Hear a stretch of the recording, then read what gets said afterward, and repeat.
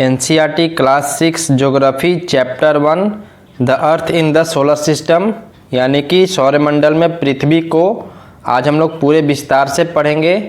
पूरे चैप्टर को एक एक लाइन करके पढ़ेंगे, समझेंगे। लेकिन क्लास को स्टार्ट करने से पहले सोलर सिस्टम क्या होता है उसको जान लेते हैं। हिंदी में सोलर सिस्टम को सौरमंडल कहते हैं। सूर्य के चारों ओर चक्कर लगाने वाले ग्रहों, उपग्रहों, क्षुद्रग्रह, उल्कापिंड, इन सबको समस्त रूप से हम लोग सौरमंडल कहते हैं। और पृथ्वी हमारे सौरमंडल में अकेला ग्रह है जहाँ पर जिंदगी यानी कि लाइफ एग्जिस्ट करता है। अब चलिए इस चैप्टर को एक एक लाइन करके समझते हैं। आप लोग अपना अपना बुक सामने खोल लीजिएगा और हम एक एक लाइन को समझाते चलते हैं। How wonderful it is to watch the sky after sunset. सूर्यास्त के बाद आकाश को देखना कितना अच्छा लगता है। One would first notice 1 or 2 bright dots shining in the sky. आसमान में पहले हम लोग 1 या 2 चमकते बिंदु ही देखते हैं। Soon you would see the number increasing. लेकिन उसके बाद इनकी संख्याएं बढ़ती जाती है। You can't count them any more. और उसके बाद आप इनकी गणनाएं नहीं कर सकते हैं, काउंट नहीं कर सकते हैं। The whole sky is filled with tiny shining objects, some are bright others dim. जो पूरा आकाश है, संपूर्ण आकाश, ये छोटी छोटी चमकदार वस्तुओं से भर जाता है, जिनमें से कुछ चमकीले होते हैं और कुछ धुंधले होते हैं, डिम होते हैं। It seems as if the sky is studded with diamonds. ऐसा प्रतीत होता है मानो आकाश में हीरे जड़ जाए, मानो आकाश में हीरे जड़ गए हों। They all appear to be twinkling. ये सारे टिमटिमाते हुए प्रतीत होते हैं। But if you look at them carefully you will notice that some of them do not twinkle as others do. लेकिन अगर आप उनको ध्यान से देखेंगे तो आप पाएंगे कि इनमें से कुछ की टिमटिमाहट दूसरों से अलग है। ये आप लोग नोटिस करते होंगे कि जो दूसरे तारे टिमटिमाते हैं उसके बनिस्पत कुछ तारों का टिमटिमाहट अलग होता है। They simply glow without any flicker just as the moon shines. ये बिना किसी टिमटिमाहट के चंद्रमा के समान चमकते हैं। जैसे चंद्रमा लगातार चमकते रहता है उसी तरीके से कुछ तारे लगातार चमकते रहते हैं, टिमटिमाते नहीं हैं। आप लोगों ने देखा भी होगा इसको। Along with these bright objects, you may also see the moon on most of the days. इन चमकीली वस्तुओं के साथ आप लगभग प्रतिदिन चंद्रमा को भी देखते होंगे। It may however appear at different times in different shapes and at different positions. यह अलग अलग समय पर अलग आकार और अलग स्थितियों में दिखाई पड़ता है। चंद्रमा कभी पूरा होता है, कभी आधा होता है, कभी थोड़ा सा दिखता है। तो आप लोग इसका अलग अलग आकार अलग अलग स्थितियों में देखे होंगे। You can see the full moon only once in about a month's time. आप पूर्ण चंद्रमा को लगभग 1 महीने में एक बार ही देख सकते हैं। It is full moon night और पूर्णिमा। यह पूर्ण चंद्रमा वाली रात या फिर इसी को पूर्णिमा कहते हैं, पूर्णिमा होती है। A fortnight later you can't see it all. और 15 दिन के बाद आप इसे पूरी तरह से नहीं देख सकते। It is a new moon night और अमावस्या। यह नए चंद्रमा की रात या फिर ये अमावस्या होती है। On this day you can watch the night sky best provided it is A clear night. ऐसी रात में अगर आसमान साफ हो तो आप आसमान का अवलोकन अच्छी तरह से कर सकते हैं, मतलब आप लोग आसमान को अच्छे से देख सकते हैं। Do you wonder why can't we see the moon and all those bright tiny objects during day time. क्या आपको इस बात पर आश्चर्य नहीं होता है कि हम दिन के समय चंद्रमा और इन सभी छोटी चमकीली वस्तुओं को क्यों नहीं देख सकते? It is because the very bright light of the sun does not allow us to see all these bright objects of the night sky. ऐसा इसीलिए होता है क्योंकि सूर्य के जो बहुत ज़्यादा प्रकाश होता है, तेज प्रकाश होता है, उसके कारण रात के समय चमकने वाली जितने भी वस्तुएं होती हैं वो हमें दिन में नहीं दिख पाते हम लोग। The sun, the moon and all those objects shining in the night sky are called celestial bodies. ध्यान से इसे समझिएगा। सूर्य, चंद्रमा और वो सभी वस्तुएं जो रात के समय आसमान में चमकती हैं उसे सेलेस्टियल बॉडी यानी कि खगोलीय पिंड कहते हैं हम लोग उसको। ये ध्यान से सुनिएगा और इसे नोट भी कर लीजिएगा कि सेलेस्टियल बॉडी क्या होता है। तो the sun, the moon and all those objects shining in the night sky are called celestial body. जो रात के समय में आसमान में चमकती हैं वो सारे खगोलीय पिंड कहलाती है। Some celestial bodies are very big and hot. कुछ खगोलीय पिंड बड़े आकार वाले और गर्म होते हैं। They are made up of gases, और ये ऐसा इसलिए क्योंकि ये सारे गैसों से बने होते हैं। They have their on heat and light which they emit in large amount. इनके पास अपनी गर्मी यानी कि ऊष्मा और प्रकाश होता है जिससे वे बहुत बड़ी मात्रा में बाहर मतलब कि उत्सर्जित करते हैं। This celestial bodies are called stars. इन खगोलीय पिंड यानी कि सेलेस्टियल बॉडीज को तारा कहते हैं। The sun is a star, और सूर्य भी एक तारा है। Countless twinkling star in the night sky are similar to the sun. रात के समय जितने भी चमकते हुए अनगिनत तारे होते हैं वे सूर्य के समान होते हैं, मतलब सूर्य जैसा ही होते हैं वो। But we don't feel their heat और light and they look so tiny because they are very very far away from us.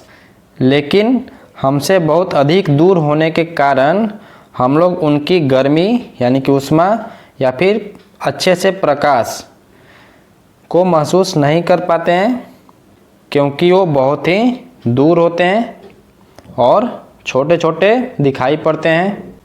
You must have notice that all objects look smaller when seen from a distance.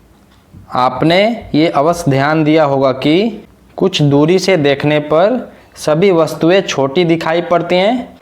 आप अपने छत पे जाकर खड़े हो जाइएगा और दूर की चीज़ को देखिएगा, वो छोटा छोटा दिखाई देगा। How small an aeroplane look when it is flying eight a great height. ज़्यादा ऊंचाई पर उड़ने वाला हवाई जहाज़ हमें छोटा दिखाई पड़ता है।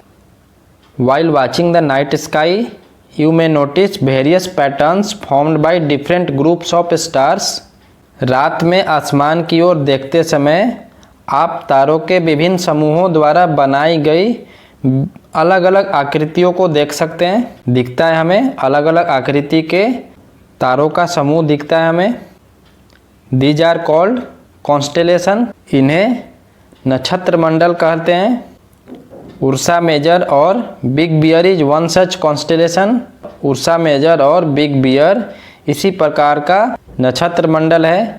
One of the most easily recognisable constellation is the Saptarishi. सप्त यानी कि 7, ऋषि यानी कि सेजेज। उन्हीं में से बहुत आसानी से पहचान में आने वाला नक्षत्र मंडल एक सप्तऋषि है। सप्त का मतलब 7 होता है और ऋषि का मतलब संत। It is a group of 7 stars that form a part of the Ursa Major constellation. यह 7 तारों का समूह होता है जो कि नक्षत्र मंडल उर्सा मेजर का भाग है। अभी हमने नक्षत्र मंडल उर्सा मेजर या फिर बिग बियर देखे तो उसी का ये पार्ट होता है। Ask someone elder in your family और neighbourhood to show you more stars, planets and constellation in the sky. आप अपने परिवार या फिर पड़ोस में से किसी भी बड़े व्यक्ति से कहिए कि वह आपको आसमान में तारे, ग्रहों और नक्षत्र मंडल को दिखाएं। In ancient times people used to determine directions during the night with the help of stars. प्राचीन समय में लोग रात में दिशा का निर्धारण तारों की सहायता से करते थे। The north star indicate the north direction. उत्तरी तारा जो होता है वो उत्तर दिशा को बताता है। It is also called the pole star, और इसे ही हम ध्रुव तारा भी कहते हैं। It always remains in the same position in the sky, और इसकी एक विशेषता ये होती है कि यह आसमान में हमेशा एक ही स्थान पर रहता है। We can locate the position of the pole star with the help of the Saptarishi. हम सप्तऋषि की सहायता से ये जो पोल स्टार है, ध्रुव तारा है, इसकी स्थिति को जान सकते हैं। Look at figure 1.1। ये जो फिगर है 1.1, इसे देखो। You will notice that if any imaginary line is drawn joining the pointer star and extended further it will point to the pole star. आप इस फिगर में देखें कि यदि सप्तऋषि मंडल के जो संकेतक तारों को आपस में मिलाते हुए एक काल्पनिक रेखा खींची जाए और उसे आगे की ओर बढ़ाया जाए तो यह ध्रुव तारा यानी कि पोल स्टार की ओर इंडिकेट करता है। ये आप देख सकते हैं यहाँ पर। चलिए आगे बढ़ते हैं। Some celestial bodies don't have their own heat and light. कुछ खगोलीय पिंडों में अपना प्रकाश और उष्मा यानी कि गर्मी नहीं होता है, यानी कि गर्मी नहीं होती है। They are lit by the light of the stars. वे तारों के प्रकाश से प्रकाशित होते हैं, मतलब चमकते हैं। Such bodies are called planets. इस तरीके के पिंड को ग्रह कहते हैं। The word planet come from the Greek word planetai which means wanderers. ग्रह शब्द ग्रीक भाषा के प्लैनेटाई शब्द से बना है, जिसका अर्थ होता है परिभ्रमक, वंडरर्स, यानी कि चारों ओर घूमने वाला। और हमारा ग्रह भी चारों ओर घूमते रहता है। The earth on which we live is a planet. पृथ्वी जिस पर हम लोग रहते हैं वो भी एक ग्रह है। It gets all its heat and light from the sun which is our nearest star. यह जो हमारा ग्रह है अपना पूरा प्रकाश और गर्मी सूर्य से प्राप्त करती है, जो कि पृथ्वी के सबसे नज़दीक का तारा है। If we look at the earth from a great distance से the moon it will appear to be shining just as the moon. पृथ्वी को बहुत अधिक दूरी से जैसे कि चंद्रमा से देखने पर यह चंद्रमा की तरह चमकती हुई प्रतीत होती है, मतलब हमें दिखती है। अगर हम लोग दूर से देखें, मान लीजिए हम लोग चंद्रमा पर चले जाएं और वहाँ से अपने पृथ्वी को देखें तो हमारी भी पृथ्वी चमकती हुई दिखेगी हमें। The moon that we see in the sky is a satellite. आसमान में दिखने वाला जो चंद्रमा है वह एक उपग्रह है, सैटेलाइट है। It is a companion of our earth and moves around it. यह हमारी पृथ्वी का सहचर है, कंपेनियन है और इसके चारों ओर चक्कर लगाता है। Like our earth there are 7 other planets that get heat and light from the sun. हमारी पृथ्वी के तरह ही 7 अन्य ग्रह हैं जो कि सूर्य से प्रकाश और गर्मी प्राप्त करते हैं। Some of them have their moons too. उनमें से कुछ के पास अपने चंद्रमा होते हैं, जैसे हमारा ग्रह पृथ्वी का है चंद्रमा। यहाँ पर कुछ इंटरेस्टिंग फैक्ट दिया है, इसको भी देख लेते हैं।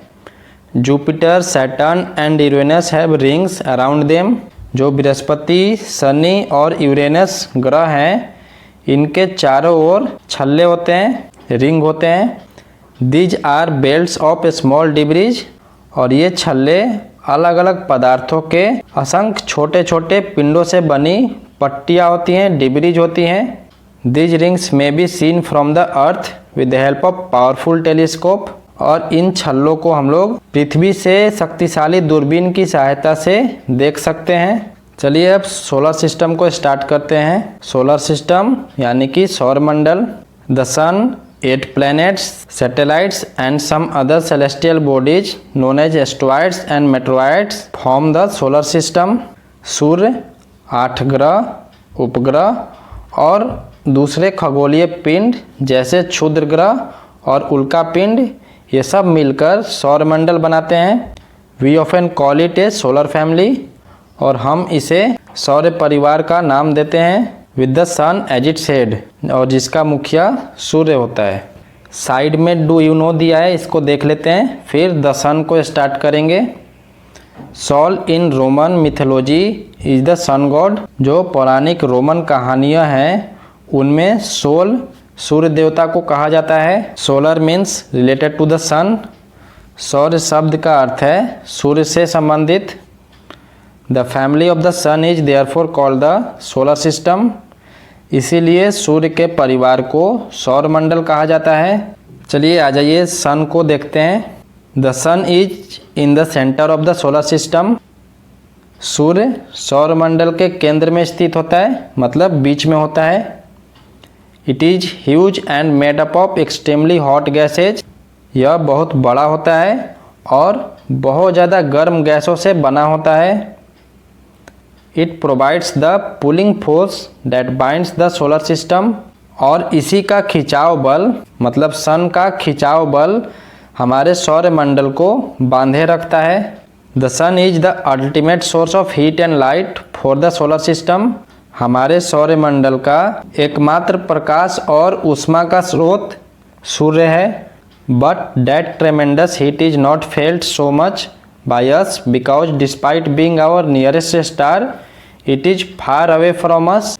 लेकिन हम इसकी अत्यधिक तेज गर्मी को महसूस नहीं कर सकते हैं क्योंकि नज़दीक का तारा होते हुए भी ये बहुत दूर है हमसे। The sun is about 150 million kilometre away from the earth. सूर्य पृथ्वी से लगभग 15 करोड़ किलोमीटर दूर है। सूर्य को देख लिए, अब प्लैनेट्स यानी कि ग्रहों को देखते हैं। There are 8 planets in our solar system. हमारे सौरमंडल में 8 ग्रह हैं।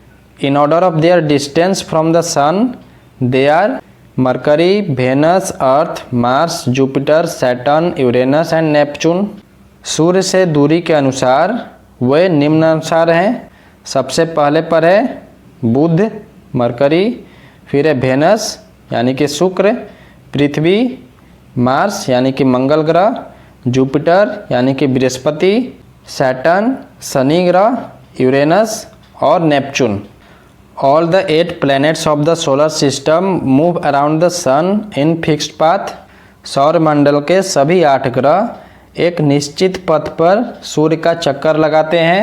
These paths are elongated और ये रास्ता दीर्घवृत्तिकार का होता है और ये रास्ते दीर्घवृत्तिकार में फैले हुए हैं, elongated हैं।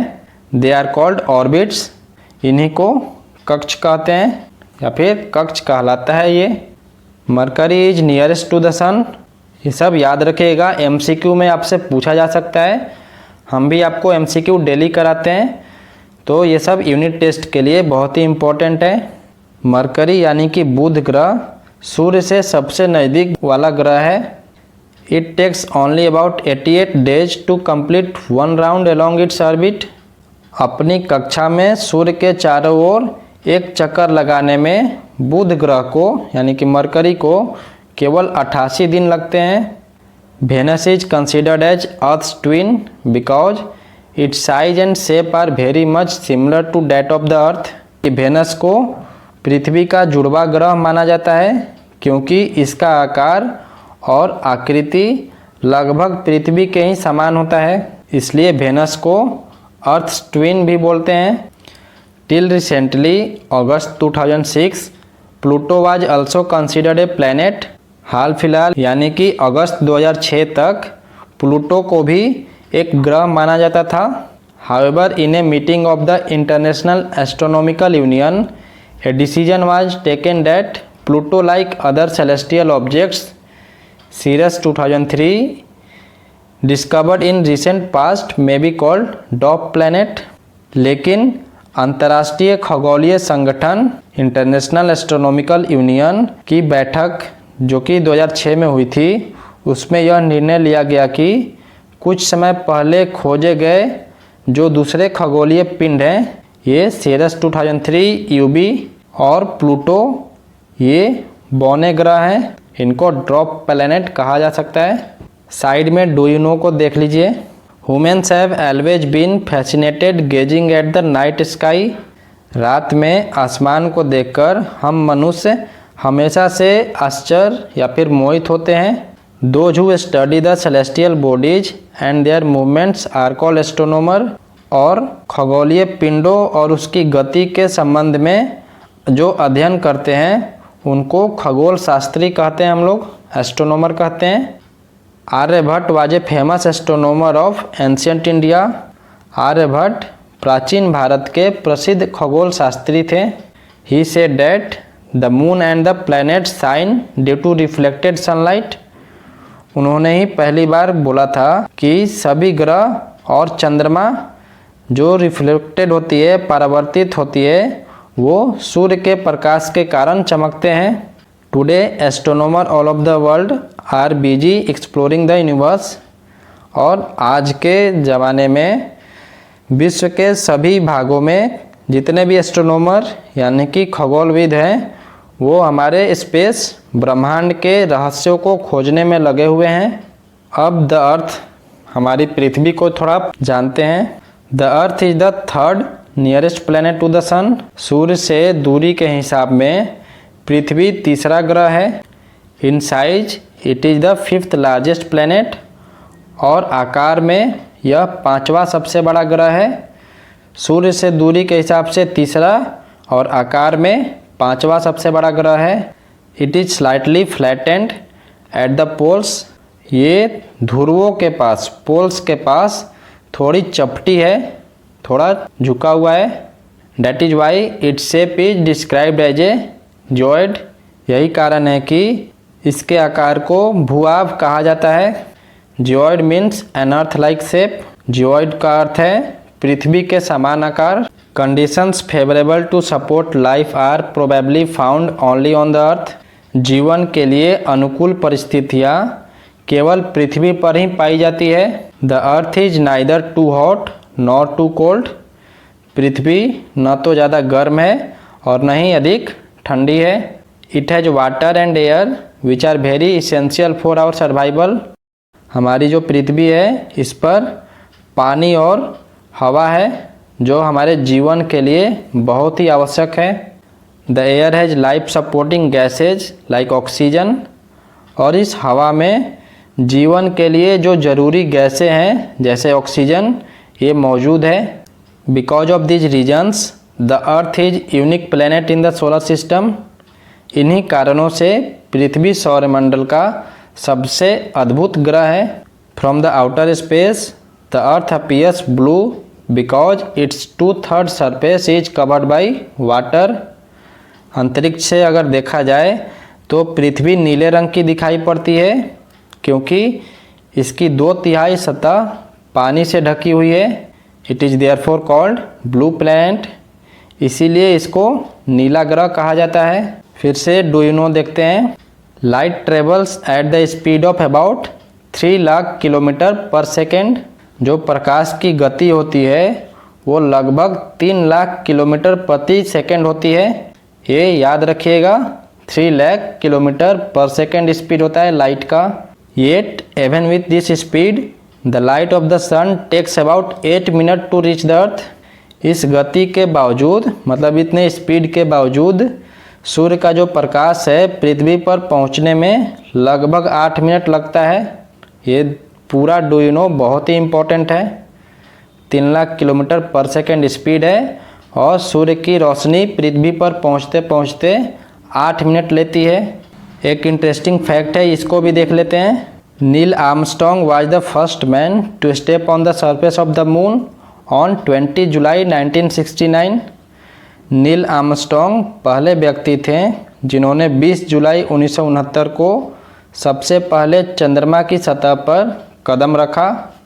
Find out whether any Indians has landed on the moon. आप लोग ये कमेंट करके भी बताएं कि क्या कोई भारतीय भी है जो कि चंद्रमा पर गया है। कमेंट करके बताएं आप लोग। चलिए अब द मून को यानी कि चंद्रमा को पढ़ते हैं। Our earth has only one satellite that is the moon. हमारी पृथ्वी के पास केवल एक उपग्रह है जिसको हम लोग चंद्रमा कहते हैं। Its diameter is only 1/4 that of the अर्थ।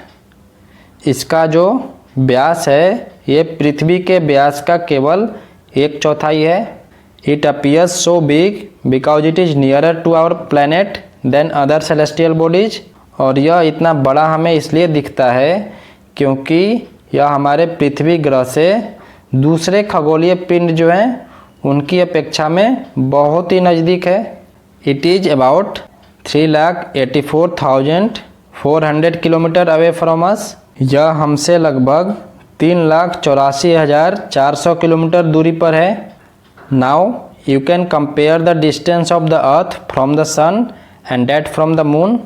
अब आप पृथ्वी से सूर्य और चंद्रमा की दूरियों की तुलना कर सकते हैं। The moon moves around the earth in about 27 days. चंद्रमा पृथ्वी का एक चक्कर लगभग 27 दिन में पूरा करता है। It takes exactly the same time to complete one spin. लगभग इतने ही समय में यह अपने अक्ष पर एक चक्कर भी पूरा करता है। As a result only one side of the moon is visible to us on the earth. और इसका ये परिणाम होता है कि पृथ्वी से हमें चंद्रमा का केवल एक ही भाग दिखाई पड़ता है। The moon does not have conditions favourable for life. चंद्रमा की परिस्थितियाँ जीवन के लिए अनुकूल नहीं है, वहाँ पर जीवन पॉसिबल नहीं हो सकता है। It has mountains, plains and depression on its surface. इसकी सतह पर यानी कि चंद्रमा की सतह पर माउंटेन यानी कि पर्वत है, मैदान है और गड्ढे हैं। These cast shadows on the moon surface. और ये चंद्रमा की सतह पर छाया बनाते हैं। Look at the full moon and observe this shadow. आप पूर्णिमा के दिन चंद्रमा पर इनकी छाया को देख सकते हैं। अब हम लोग एस्ट्रॉइड्स को पढ़ेंगे। एस्ट्रॉइड का हिंदी होता है क्षुद्र ग्रह। Apart from the stars, planets and satellites, there are numerous tiny bodies which also move around the sun। तारों, ग्रहों और उपग्रहों के अतिरिक्त असंख्य छोटे छोटे पिंड भी सूर्य के चारों ओर लगाते हैं। These bodies are called asteroids। इन्हीं पिंडों को क्षुद्र ग्रह कहते हैं। They are found between the orbits of Mars and Jupiter। Figure 1.2 में आप लोग देखें, ये मंगल और बृहस्पति की कक्षाओं के बीच पाए जाते हैं। Scientist are of the view that asteroids are part of planet which exploded many years back. वैज्ञानिकों के अनुसार ये जो क्षुद्र ग्रह हैं, एस्ट्रॉइड्स हैं, यह ग्रह के ही भाग हैं, मतलब हमारे प्लैनेट्स के ही भाग थे जो कि बहुत साल पहले विस्फोट के बाद ग्रहों से टूटकर अलग हो गए हैं। अब मेटेरॉइड्स को पढ़ते हैं। उल्का पिंड, इसका हिंदी होता है the small pieces of rocks which move around the sun are called meteoroids. सूर्य के चारों ओर चक्कर लगाने वाले पत्थरों के छोटे छोटे टुकड़े को उल्का पिंड कहते हैं। Sometimes these meteoroids come near the earth and tend to drop upon it. कभी कभी ये उल्का पिंड पृथ्वी के इतने नज़दीक आ जाते हैं कि इनकी जो प्रवृत्ति होती है पृथ्वी पर गिरने की होती है। During this process, due to friction with the air, they get heated up and burn। लेकिन इस प्रक्रिया के दौरान ये जो हमारा एटमॉस्फेयर है, वायु है, इसके साथ फ्रिक्शन करता है, घर्षण करने के कारण गर्म होकर जल जाता है। It causes A flash of light. और इसका ये रिजल्ट होता है कि चमकदार प्रकाश यहाँ से निकलता है। Sometimes a meteor without being completely burnt falls on the earth and creates a hollow। और कभी कभी कोई उल्का पिंड पूरी तरीके से बिना जले पृथ्वी पर गिर जाता है और बड़े से गड्ढे बना देता है। Do you see a whitish broad band like a white glowing path across the sky on a clear starry night। क्या आपने तारों वाले खुले आकाश में एक ओर से दूसरी ओर तक फैली चौड़ी सफ़ेद पट्टी की तरह एक चमकदार रास्ते को देखा है। It is a cluster of millions of star. और ये लाखों तारों का समूह होते हैं। This band is the milky Way Galaxy. इस पट्टी को आकाशगंगा कहते हैं हम लोग, मिल्की वे। फिगर 1.6 में आप लोग देख लें। Our solar system is part of this galaxy. हमारा जो सौरमंडल है इसी आकाशगंगा का एक भाग है, बस एक भाग। In ancient India it was imagine to be a river of light flowing in the sky. प्राचीन भारत में इसकी कल्पना कैसे करते थे लोग कि आकाश में प्रकाश की एक बहती नदी है। दस इट वाज नेम्ड आकाशगंगा। इसी के कारण से इसको आकाशगंगा इसका नाम पड़ा।